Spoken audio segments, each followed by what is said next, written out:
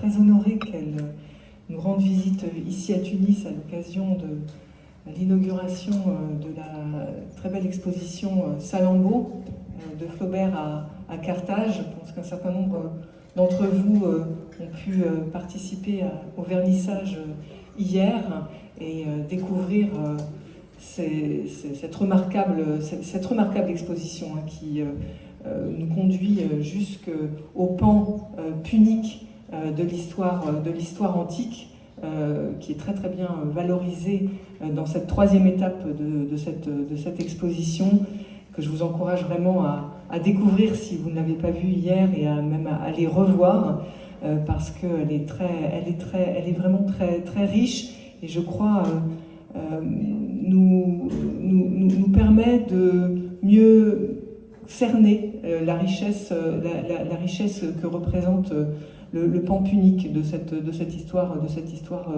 tunisienne.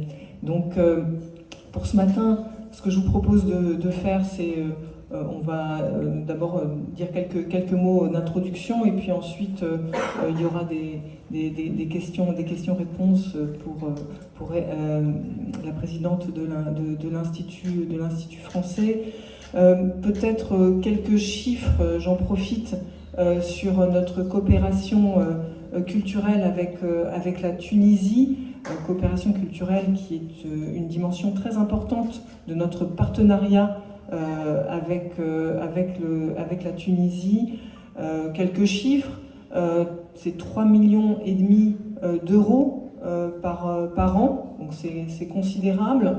C'est également une cinquantaine d'artistes qui sont invités par an, et à peu près une quarantaine de projets qui sont soutenus, donc à la fois à travers l'Institut français de Tunis et bien sûr ses déclinaisons que vous connaissez en région, à Sousse et à Sfax. Là aussi, si vous n'avez pas encore eu la chance de visiter le nouvel Institut français à Sousse, je vous engage à y aller.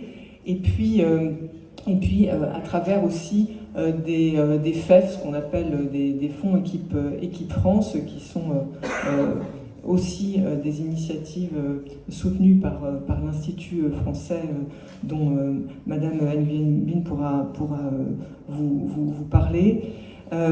Et ici, en Tunisie, on essaye de mettre l'accent peut-être sur trois axes importants. Il y a un axe important qui est la décentralisation, c'est-à-dire aller vers toute la Tunisie, vers tous les territoires, tous les publics. Et par exemple, on fait des résidences d'artistes. Alors, résidence Salammbô, évidemment, déjà, on avait utilisé cette thématique très emblématique.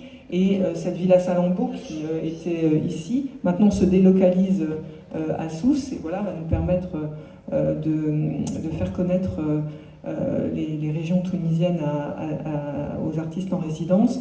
Nous avons également un projet archéologique qu'un certain nombre d'entre vous vont pouvoir découvrir à travers le parcours qui va vous être proposé aujourd'hui et demain à Douga et à Sfax.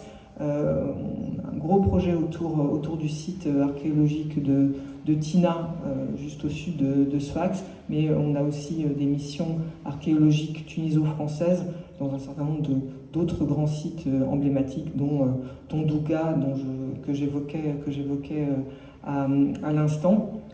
Et puis nous avons aussi toute une action autour de la coopération culturelle, avec là aussi beaucoup de projets qui vont être soutenus. Nous allons lancer un nouveau FEF qui s'appelle FEF, cette fois-ci non pas Salammbô mais Elissa. Donc vous voyez une grande figure emblématique tutélaire de la Tunisie. Et puis un autre axe, je dirais, qui en ce moment est vraiment au cœur de notre action, qui est celui de la structuration et de la formation des acteurs culturels ici en Tunisie.